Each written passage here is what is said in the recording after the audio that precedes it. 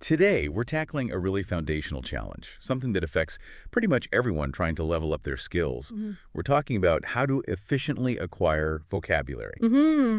And we've got a great set of sources you send over. It's a really comprehensive 9-point strategy for mastering English words. But what I like is that it really emphasizes consistency. Small steps. Right. It's not about brute force. And our mission today is to go past the surface level tips, the usual read more advice. We want to get into the why behind it, the psychology. Exactly. Yeah. To give you a roadmap that's not just actionable, but scientifically sound. Yeah. Because so many people fall back on just trying to memorize lists. Oh, that's the classic mistake. And what's so fascinating about these sources is how they weave in cognitive science without being, overly academic. They touch on things like spaced repetition, cognitive load, but they make it simple. They make it into daily action. So it's not just about what words you study. It's about how your brain is actually going to hold on to them. For good. In long-term memory. Yeah, precisely. Absolutely. And before we really get into the nuts and bolts of these 9 points, I think we have to ground this whole conversation in why it matters so much. The sources define vocabulary pretty simply. The words we know and use. But the analogy they use is perfect. It's this architectural metaphor. Yeah, tell us about that. Well, if you think of language as a building, the grammar, all the rules, the syntax, how you put sentences together, that's the blueprint.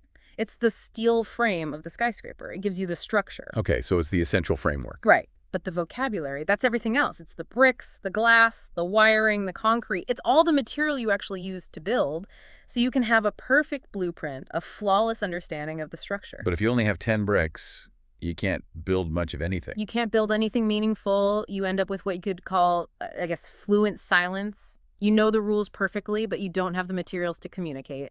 That's a great phrase. And the reality is, every single word you add has this exponential effect. It doesn't just add one brick. It increases your comprehension, your speed of thought, and probably the most important driver for any learner, your confidence. Oh, absolutely. And that confidence comes from reducing what's called cognitive friction. Meaning You don't have to pause in the middle of a sentence to search your brain for that one perfect word. When the word is just there, all of your mental energy, your attention, can go towards the bigger picture, towards nuance and tone and complex ideas. it lets you operate at a higher level. It lets you participate in a higher level conversation, yes. So our deep dive today is all about optimizing how you collect those building blocks. And the big theme really is small, consistent input.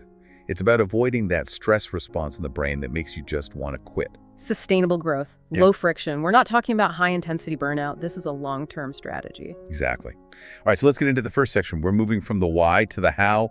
How do you do this day to day? And the sources start by attacking what is probably the single biggest reason people fail. It's just that feeling of being completely overwhelmed. Information overload. This is principle 1, and it's all about the power of limiting input. It's rooted in, cognitive load theory. Right. The sources are really clear on this. Trying to learn, say, a list of 20 or 30 new words in one sitting doesn't just feel hard. It's actually, from a brain science perspective, fundamentally inefficient. Like your brain's working memory is a tiny little desk. Yeah. If you try to pile 30 books on it at once, they're all just going to fall off. Nothing actually gets put away on the bookshelf. That's a perfect analogy. You overwhelm the working memory, and that information never gets properly encoded into long-term storage. It's like trying to download a huge file with a really slow internet connection.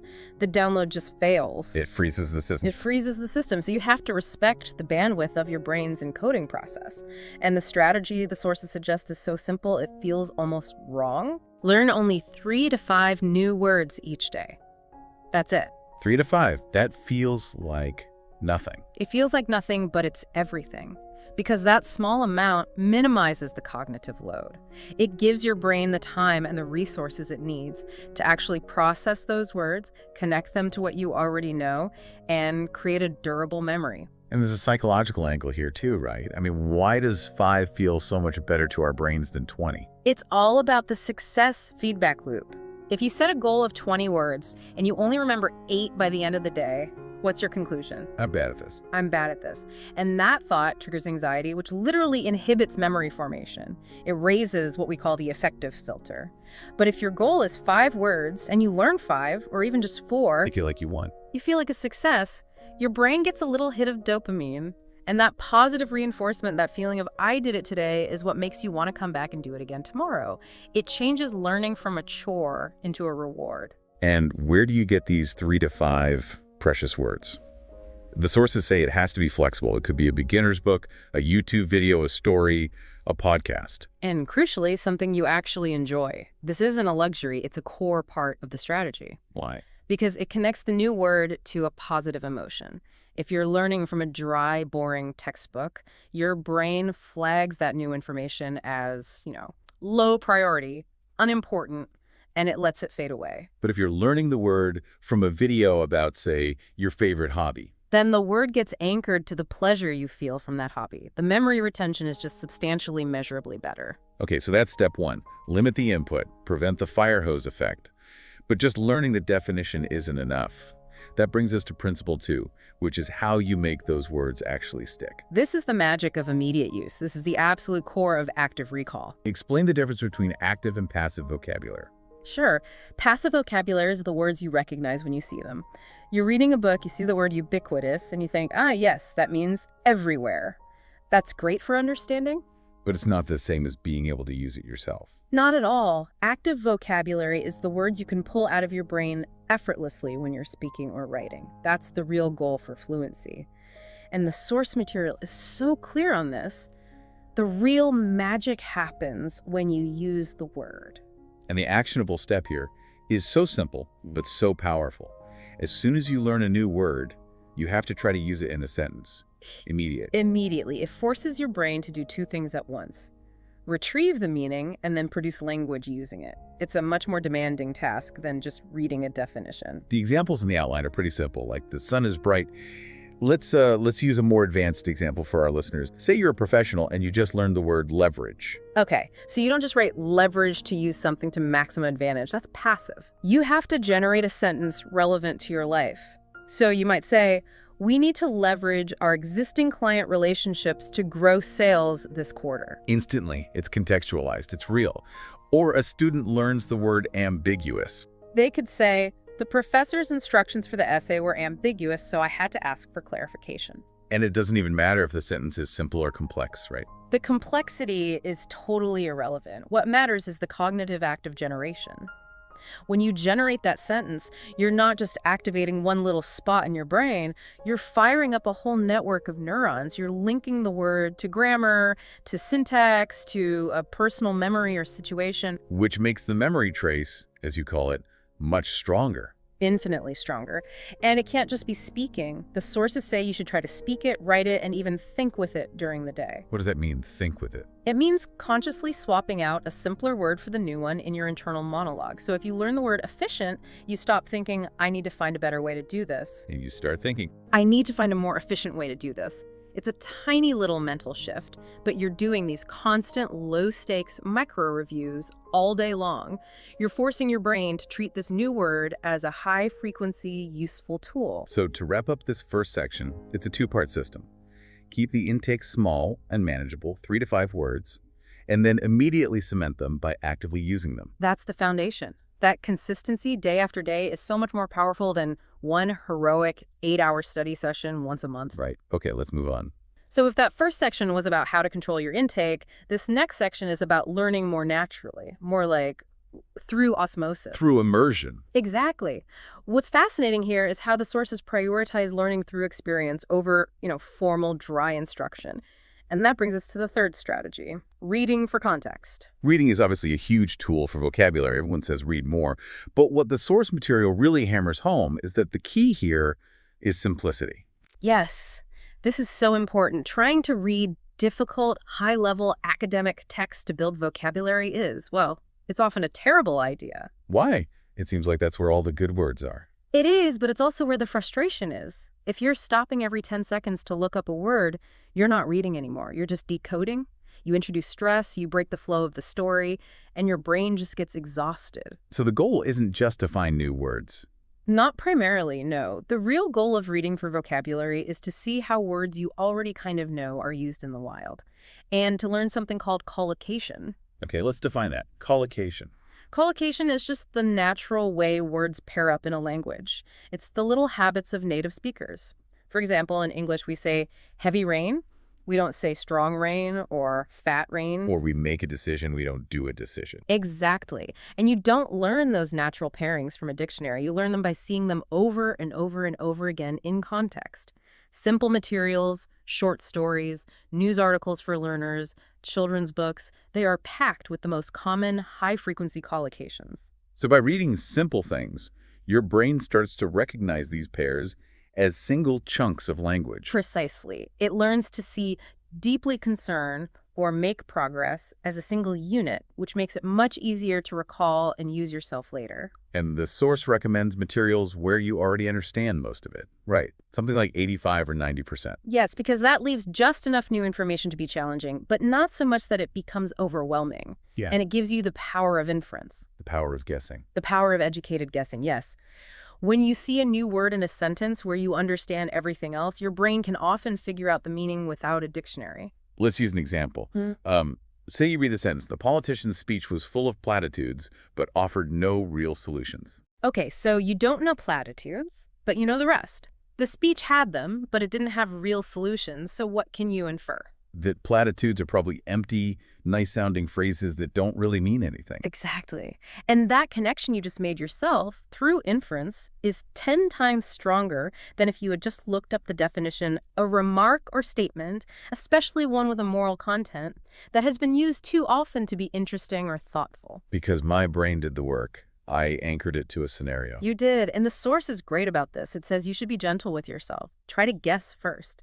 And only if you really can't figure it out is it okay to look it up later. The main goal is to enjoy the reading, to stay in the flow. It's giving you permission not to be a perfectionist. It's taking the pressure off, because if you stop every minute you're not enjoying it anymore, it becomes a chore, and you train your brain to hate reading in English. Okay, so that's the visual side of immersion. What about the auditory side? That's strategy 4, daily listening and background learning. This is so critical, especially for a language like English where the spelling doesn't always match the sound. Right. Listening trains your ear to connect the sound of a word to its meaning. It's building that auditory map in your brain. And repetition is key. When you listen to a podcast or a story, you hear the same common words and phrases again and again, and that repetition does the work for you. It's like effortless drilling. And again, the sources stress simple, low-stress content. Slow English videos, easy songs, simple podcasts. And that focus on slow is non-negotiable at the beginning. Why slow? Because when native speakers talk fast, they do things like blend words together. Going to becomes gonna, want to becomes wanna. For a learner, it's impossible to tell where one word ends and the next one begins. It just sounds like a stream of noise. It does. Slow, clear audio isolates the words. It lets your brain clearly hear the start and end of each word so it can accurately map the sound to the meaning you have in your head. This is where that fascinating idea of background learning comes in.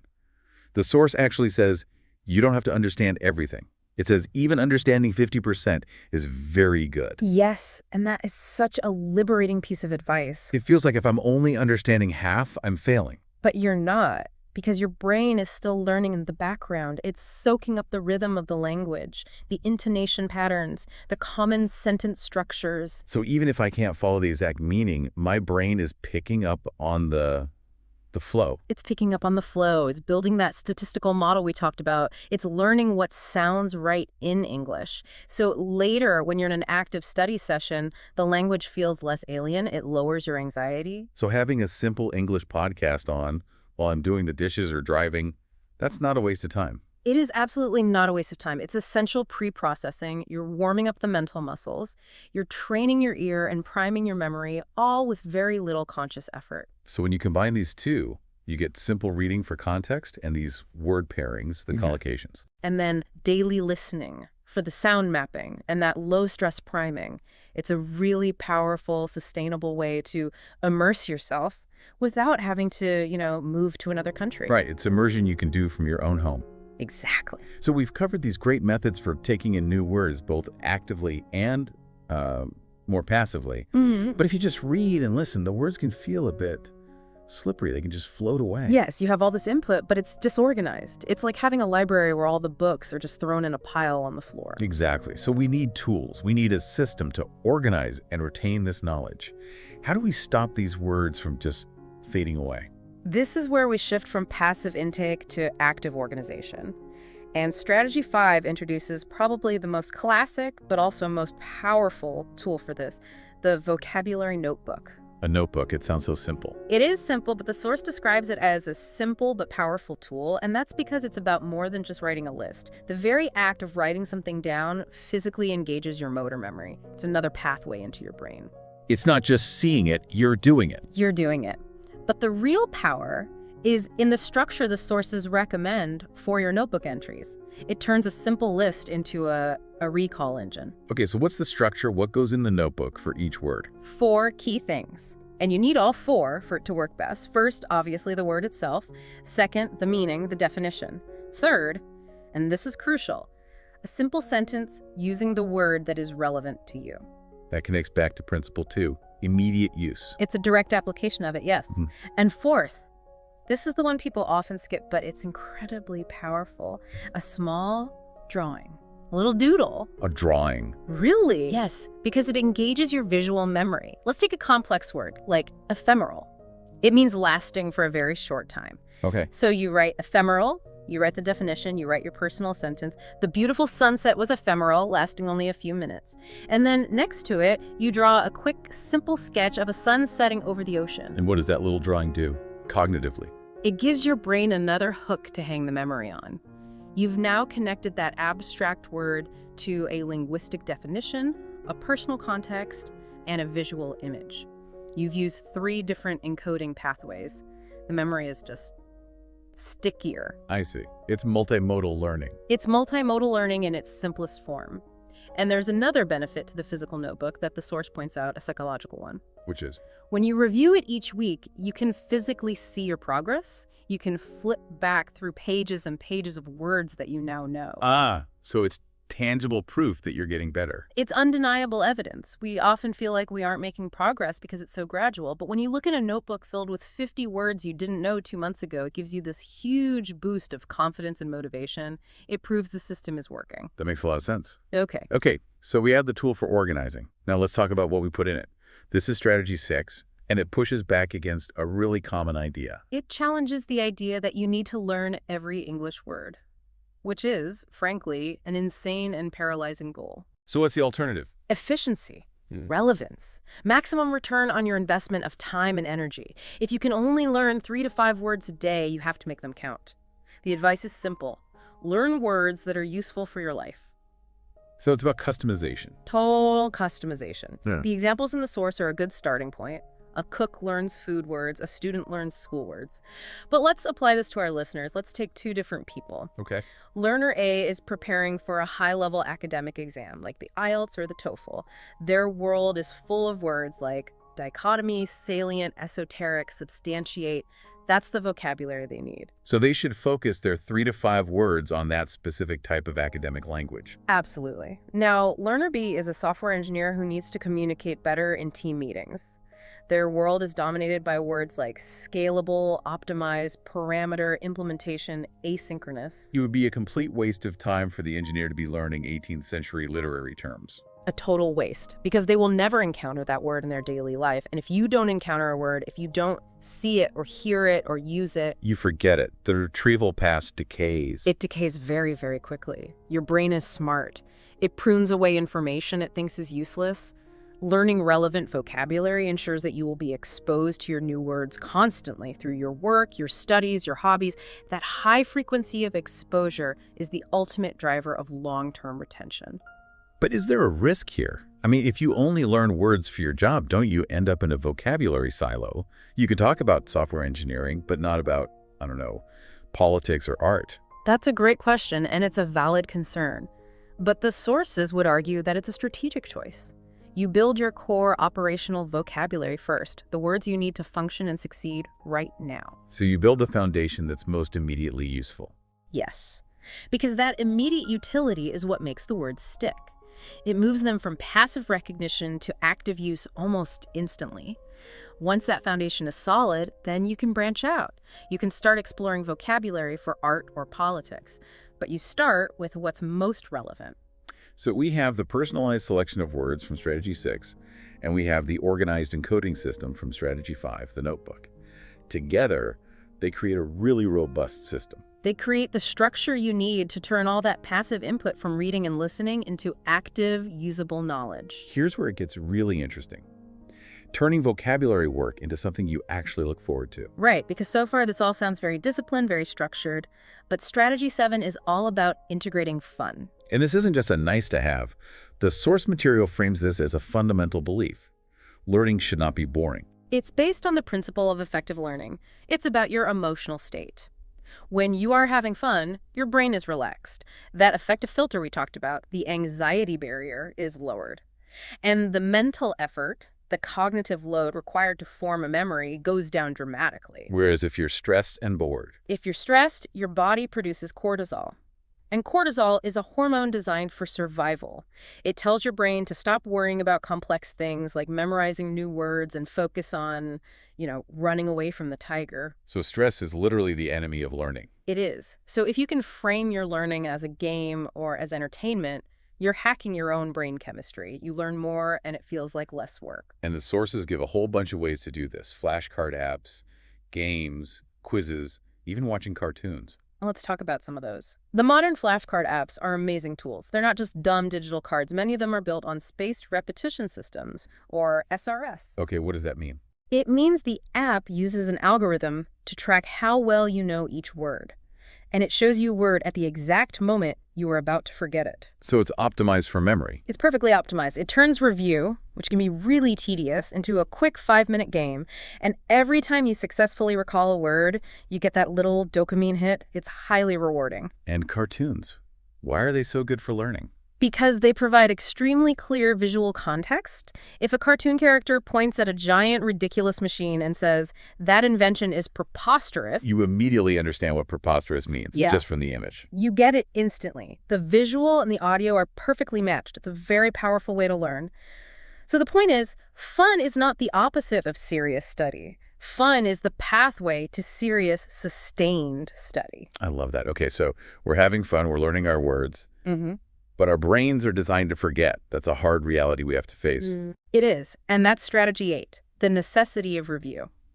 The source is brutally honest about this. If you learn a word but you never see it again, you will forget it. And that's not a personal failure. It's just how memory works. This goes back to something called the forgetting curve, right? Exactly. It's a concept from a psychologist named Hermann Ebbinghaus. He showed that our memory for new information drops off a cliff.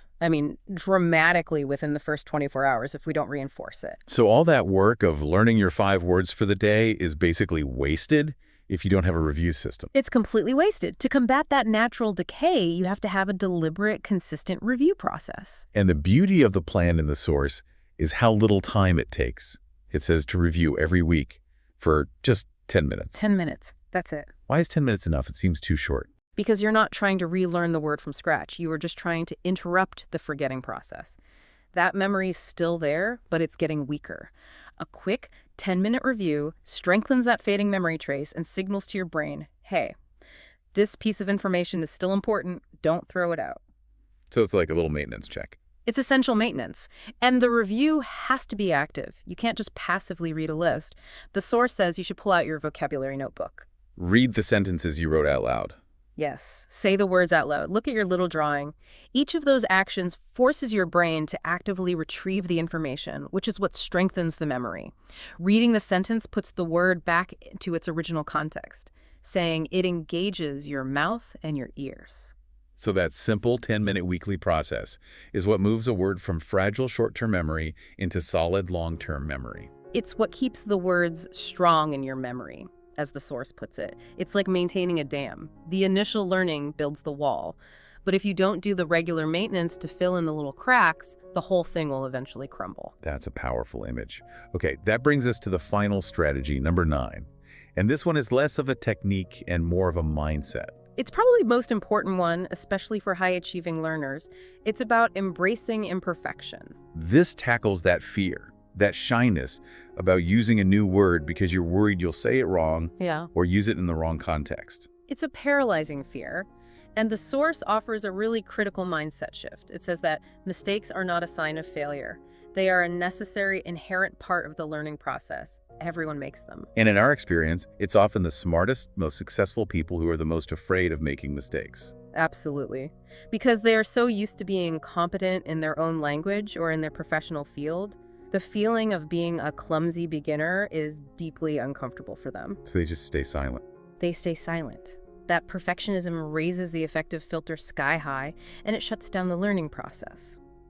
So the advice has to be, relax, speak slowly, try your best. Speaking slowly is an interesting one. People often feel like that makes them sound unintelligent. But it's actually an incredibly intelligent strategy. It's buying your brain precious milliseconds to do a very complex task, retrieve the new word, fit it into the right grammatical structure, and monitor the conversation all at the same time. So if you wait until you're perfect to speak, You will never speak. The goal has to shift. It's not about perfection. It's not even about flawless accuracy. It's about progress. It's about successful communication. Did the other person understand you? If yes, that's a win. and what happens in the brain when you do make a mistake and someone corrects you? That memory becomes stronger. The mistake creates a moment of surprise, maybe a little embarrassment. There's an emotional tag on it. Your brain pays extra attention. You are far less likely to make that same mistake again. So the mistakes are actually where the deepest learning happens. That's exactly right. If you can learn to see your errors as valuable data points instead of personal failures, you completely transform the experience. So bringing it all together, you have the science of review, the emotional support of making it fun, and the psychological freedom of knowing it's okay to be imperfect. That feels like a complete system. It is. It's a system designed for real humans, not for memory robots. It's designed for sustained long-term mastery. This deep dive has really shown that mastering vocabulary isn't about some innate talent. It's not about being good at languages. No, not at all. It's not about buying expensive software either. It's about having a system, a disciplined, cognitively efficient system that is built on things that actually work for the human brain. Enjoyment, relevance, and consistency. Exactly. I think we really pull out the core message from these sources. The vocabulary is the absolute foundation of the language. It's the building blocks. And the path to getting a massive pile of those blocks is paved with these small, consistent, low-stress steps. So just to recap for everyone listening, it starts with limiting your input. Just 3 to 5 relevant words a day. That's your target. And you have to cement them instantly. Use them in a simple sentence. Write them down in your notebook with the definition, that sentence, and a little drawing. Then you fill your free time with low-stress immersion, easy reading to see words in context and learn collocations, and daily listening to train your ear even if you only understand half of it. And crucially, you have to protect that investment. You have to fight the forgetting curve. And that takes just 10 minutes a week. 10 minutes of active, targeted review with your notebook. It's non-negotiable. And finally, you have to give yourself grace. Make it fun, relax, and embrace the mistakes. Know that every error is actually a step forward. That's the whole system. You are doing great. Keep going, keep learning, and really try to apply these 9 principles. You have the map now. All it takes is that small, daily effort. But before we sign off, I want to leave you with one final thought, a little challenge. Let's go back to that idea of the compounding effect. If you really apply this system and you consistently learn and, importantly, retain just 5 new relevant words every single day, what does that look like after 1 year? 5 words a day times 365 days. We actually did the math on that. It's 1,825 words. 1,825 words. Think about that. That's not just a list of random words. That is nearly 2,000 high-frequency, active, relevant words that you have reinforced through context, through personal sentences, and through weekly review. That's a massive amount of functional language. It's a transformative amount. What does that open up for you?